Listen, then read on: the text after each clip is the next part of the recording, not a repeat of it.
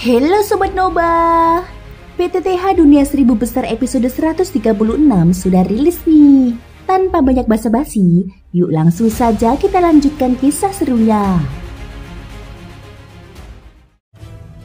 Di episode sebelumnya, Cailin berhasil mewarisi kekuatan tertinggi klan Medusa berkat pengorbanan pendampingnya, Piton 9 warna. Dalam ruang misterius, dia menghadapi ujian berat dari sosok perempuan misterius dan makhluk purba, yaitu 10 warna Swallowing Piton. Melalui pertarungan dan penderitaan panjang, Cailin akhirnya memperoleh darah esensi 10 warna, simbol kekuatan tertinggi yang mampu membuatnya melampaui batas rasnya.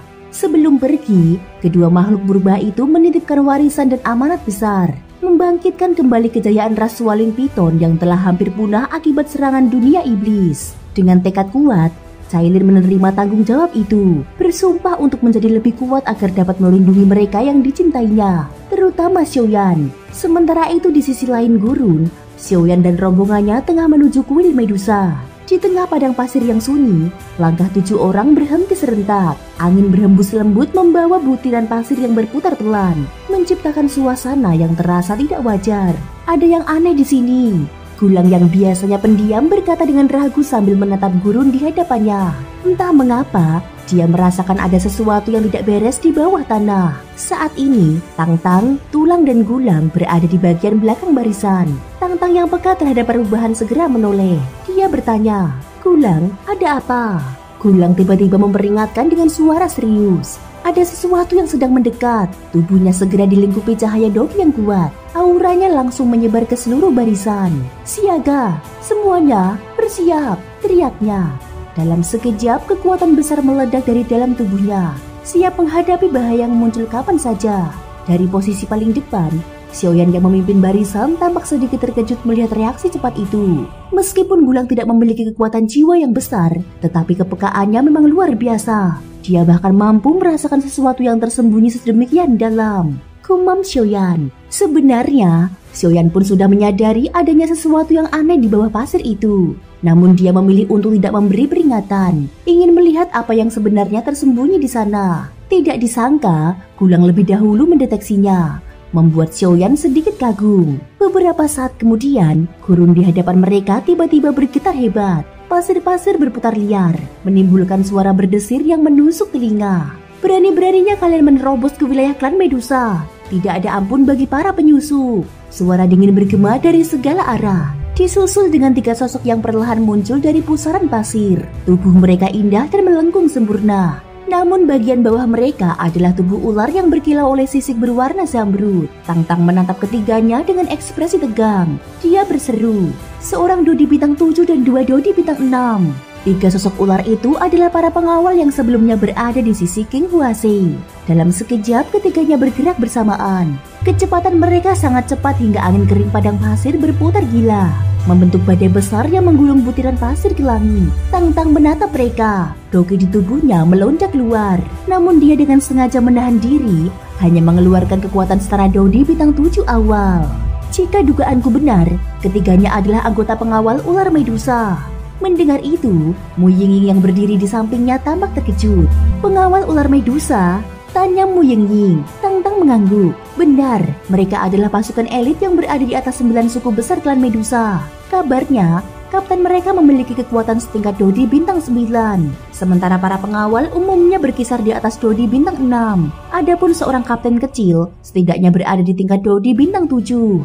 Pandangan Tangtang melirik ketiga sosok ular itu sambil melanjutkan. Dari penampilan mereka, tampaknya satu adalah kapten kecil, 2 lainnya pengawal biasa. Xiaoyi yang berdiri tidak jauh membuka suara. "Apakah kami perlu membantu?" Tangtang menggelengkan kepala. "Belum perlu. Aku dan timku akan menahan mereka. Begitu kalian menemukan celah untuk melarikan diri, segera pergi. Gurun tandus sudah tidak jauh." Xiaoyan yang memperhatikan dari kejauhan sedikit mengernyit. Dia dapat merasakan dengan jelas bahwa kekuatan jiwa dari kapten ular itu luar biasa, bahkan telah mencapai ranah kaisar. Namun dalam pandangannya, Tangtang benar-benar menunjukkan dirinya sebagai pemimpin sejati. Meski situasi genting, perempuan itu tetap mampu menilai keadaan dengan jernih dan memberi perintah yang tepat. "Tulang, Gulang, selesaikan mereka secepatnya. Wuyu, lindungi mereka. Yang lainnya sesuaikan diri dengan keadaan." Tangtang memberi perintah tegas. Doki dari tubuhnya meluap dengan hebat. Auranya bergetar di udara, menciptakan tekanan yang menggetarkan tanah. Sementara itu, di sisi lawan, Kapten Pengawal Ular Medusa menatap mereka dengan mata yang memantulkan cahaya hijau. Salah seorang dari ketiganya berkata, seorang Dodi bintang 7 awal dan 2 Dodi bintang 6 puncak. Menarik. Namun pria berwajah tampan itu, kekuatan apinya luar biasa, bahkan membuat tubuhku merasa tidak nyaman. Tatapannya tertuju pada sosok Xiaoyan yang memegang penguasa Suan di punggungnya. Aneh, mengapa dari tubuh pria itu aku merasakan sesuatu yang begitu familiar? Sebelum rasa penasaran itu sempat terjawab, salah satu pengawal di belakangnya berbicara. Kapten, mari kita mulai. Kita harus segera menyingkirkan mereka dan kembali membantu Nona King Huase. Lagi pula, akhir-akhir ini situasi tidak terlalu aman. Kapten itu mengangguk ringan. Baiklah, jawabnya singkat. Ketiganya kemudian berhenti di tempat. Namun tekanan yang mereka ciptakan justru semakin besar. Angin berputar gila di sekitar mereka, membentuk badai setinggi ratusan meter. Pasir-pasir berterbangan membentuk pusaran besar berwarna kuning, menelan langit dan bumi. Di tengah pusaran itu, Kapten Pengawal Ular perlahan memejamkan mata. Tangannya yang halus lalu menggores sedikit kulit putih di bahunya. Setetes darah merah menyala muncul, menetes ke udara, dan sebelum jatuh ke tanah, darah itu ditangkap olehnya. Dengan satu ayunan lembut, tetesan itu melesat ke arah pusaran badai. Sekejap kemudian, warna badai berubah dari kekuningan menjadi hijau zamrud. Dari pusaran itu menyebar bau racun yang sangat kuat, membuat udara bergetar dan terasa mencekik. Energi beracun itu mulai menelan ruang udara di sekitar mereka, menyempitkan jarak aman bagi kelompok Xiaoyan. Tanpa ragu, Tang Tang melepaskan kain penutup wajahnya dan melesat maju dengan kecepatan luar biasa. Aura Dodi bintang 7 tahap awal meledak dari tubuhnya, membentuk gelombang panas yang menghantam ke depan. Namun jarak antara dirinya dan ketiga pengawal ular itu cukup jauh. Bahkan dengan kecepatan penuhnya, badai zamrud yang beracun itu telah terbentuk sepenuhnya. Melihat Tang Tang menyerang, dua pengawal ular lainnya segera bereaksi. Tubuh mereka dikelilingi oleh doki berwarna hijau, dan dengan teriakan lantang, mereka berdua melesat untuk menghadang serangan Tang Tang. Pertarungan di gurun pun dimulai. Dengan badai racun yang menderu, pasir yang berputar bagaikan gelombang laut, dan 7 sosok manusia serta ular yang saling berhadapan di tengah pusaran maut itu. Kecepatan Tang Tang mencapai puncaknya ketika dia hanya berjarak 1 meter dari inti badai itu. Hembusan angin tajam yang mengandung kekuatan destruktif seolah mampu merobek tubuhnya kapan saja. Namun pada saat yang sama, tubuh Tang Tang mendadak diselimuti cahaya putih menyilaukan.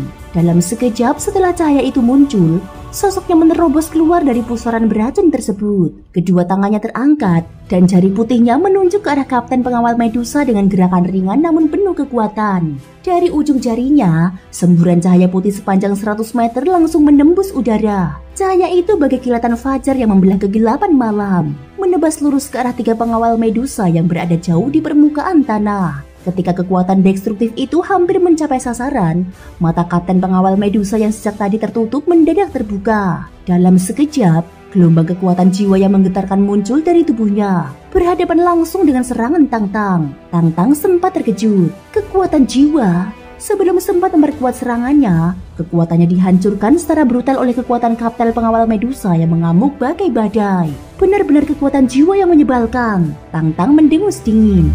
Tubuhnya kembali diselimuti oleh lapisan doki putih transparan. Bersamaan dengan itu, muncul sebuah gulungan yang tampak indah dan rumit di telapak tangannya. Gulungan tersebut dipenuhi simbol-simbol misterius yang bahkan bagi mata ahli sekalipun sulit dimengerti. Namun pada saat gulungan itu muncul, mata Xiaoyan yang berada di kejauhan tiba-tiba menyipit. Gulungan doskil sekali pakai. Kedua sosok di sampingnya, Tulang dan Gulang, menatap ke arah Tang Tang dengan raut terkejut. Tidak disangka, ketua bahkan menggunakan benda itu. Gulungan ini dulu menghabiskan harga yang sangat mahal untuk dibuat. Jika bukan karena situasi genting, ketua pasti tidak akan memakainya sembarangan, ucap Tulang. Gulang menambahkan dengan nada khawatir. Namun, jika kita menggunakannya di sini, langkah kita selanjutnya akan menjadi sangat sulit. Wuyu yang berdiri tak jauh dari Xiaoyan berkata, tenang saja. Aku percaya ketua sudah memiliki rencana. Sementara itu di sisi lain, Mu Yingyin menatap gulungan bercahaya di tangan Tang Tang dengan penasaran. Gulungan doskil sekali pakai, apa itu sebenarnya? Xiaoye di sampingnya menjelaskan. Gulungan semacam itu berisi kekuatan dari suatu doskil yang disegel menggunakan teknik khusus. Pembuatannya sangat rumit, tetapi di tempat-tempat yang memiliki penghalang kuat, benda ini bisa menjadi senjata pamungkas. Sederhananya, dos skill ini disimpan di dalam gulungan untuk digunakan hanya sekali. Pada saat genting, efeknya bisa menipu bahkan musuh yang lebih kuat. Mu Ying terdiam sejenak sebelum akhirnya bergumam pelan. Jadi serangan mengerikan yang dilancarkan Tang Tang tadi juga bisa direkam di dalam gulungan semacam itu. Xiaoyan mengangguk. Sementara itu, Xiaoyan merasakan sesuatu yang tidak wajar. Aura di tubuh Kapten Pengawal Medusa tiba-tiba mengguncang pikirannya. Dia menatap tajam ke arah medan pertempuran di luar badai. Ini bukan kekuatan jiwa biasa, gumamnya dengan mata berkilat. Namun sesaat kemudian, ekspresinya berubah drastis.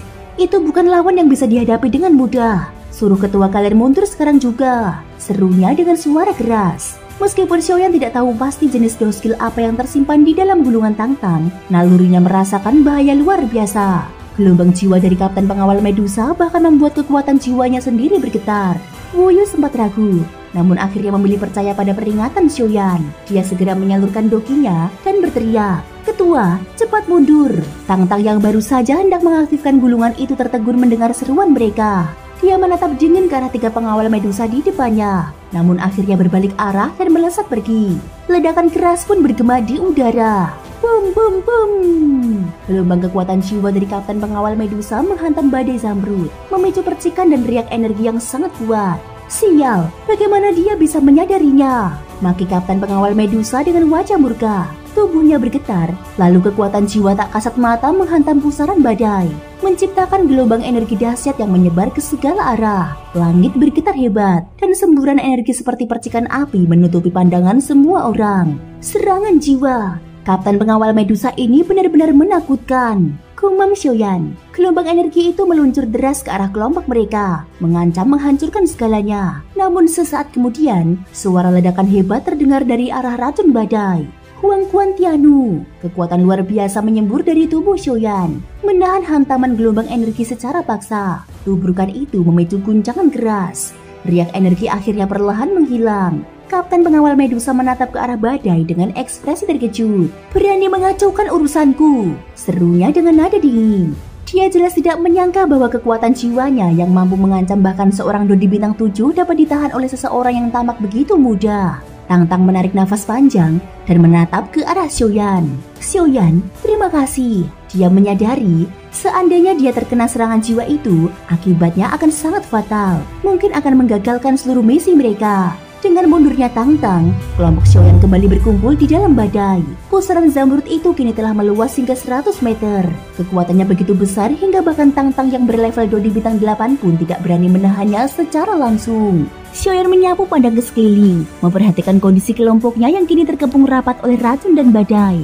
Badai ini penuh dengan racun berbahaya, dan kita telah dikepung. Tang Tang menggenggam gulungan itu erat sebelum menyimpannya kembali, lalu menatap Xiaoyan dengan serius. "Adakah cara untuk menembus kepungan ini? Tujuan kita sudah semakin dekat. Kita tidak boleh terlambat terlalu lama." Xiaoyan mengangguk. "Berikan aku sedikit waktu. Kapten Pengawal Medusa itu memiliki kekuatan jiwa yang sangat kuat. Aku akan mencoba menekannya." Begitu dia selesai berbicara, matanya terpejam. Kekuatan jiwanya mulai berkumpul, membentuk riak menggetarkan yang menyebar ke seluruh medan pertempuran. Tang Tang memandangnya dengan wajah tegang. "Kita harus menahannya. Jika Xiaoyan gagal, perjalanan kita kali ini akan berakhir dengan bencana." Tulang dan Gulang saling memandang, lalu tanpa ragu berkata serempak, "Kami akan membantu. Wu Yu, lindungi Xiaoyan." Mereka segera melesat keluar, menembus badai racun menuju ke arah Kapten Pengawal Medusa. Di sisi lain, 2 pengawal Medusa yang berdiri di belakang pemimpin mereka tampak terkejut. "Kapten, mereka bukan orang biasa. Mereka bisa menahan serangan jiwamu." Kapten Pengawal Medusa menatap tajam ke arah sosok Xiaoyan yang membawa pedang berat di punggungnya. Senyum tipis muncul di bibir merahnya. Anak itu tidak sederhana. Bawa kemari manusia yang memanggul pedang besar di punggungnya itu. Kedua prajurit saling memandang. Keraguan sempat melintas di mata mereka. Salah satu di antara mereka memberanikan diri bersuara. "Namun Kapten, manusia-manusia itu tampaknya tidak lemah. Di antara mereka ada seorang dodi bintang 7 dan 2 orang dodi bintang 6. Jika kita bertindak gegabah, bukankah itu terlalu berbahaya?" Sang kapten perempuan hanya mengeluarkan dengusan dingin. Tekanan kekuatan dari tubuhnya menyebar dengan dahsyat, membuat kedua bawahannya terdiam. "Tidak perlu khawatir, aku bisa menanganinya sendiri." Mendengar itu, kedua prajurit tidak berani membantah lagi. Mereka saling bertukar pandang, kemudian tubuh mereka berubah menjadi dua berkas cahaya energi yang melesat menembus kabut beracun, menuju arah kelompok manusia yang berada di dalam pusaran badai. Namun, ketika mereka menembus badai berwarna zamrud itu, tidak ada perlawanan sedikit pun. Mereka melintas dengan mudah, seolah hanya melewati lapisan air tipis. Pemandangan itu membuat mereka terkejut. Sepertinya mereka memiliki rahasia tertentu di tubuh mereka. Xiaoyan memperhatikan pergerakan musuh dengan tenang. Pandangannya beralih pada lelaki bertubuh kekar dengan luka panjang di pipinya. Wu Yu, dua orang prajurit ular itu tampaknya berada di tingkat Dodi bintang 6 akhir. Apakah kau mampu menghadapinya? Tanya Xiaoyan. Wu Yu mengernyitkan dahi dan menimbang dengan cermat. Mengalahkan mereka tidak sulit, namun menangkap hidup-hidup akan merepotkan. Lagi pula, di wilayah padang pasir seperti ini, para manusia ular itu bagikan ikan di dalam air. Aku pun masih harus melindungi kalian bertiga. Kalau begitu, peluang keberhasilannya tidak besar. Xiaoyan menggeleng perlahan. Kami bertiga tidak perlu kau khawatirkan. Fokuslah menghadapi dua prajurit ular itu. Ucapan itu disertai ketenangan penuh keyakinan. Wu Yu mengangguk dalam diam, lalu menarik nafas dalam. Sementara itu, langkah ringan terdengar.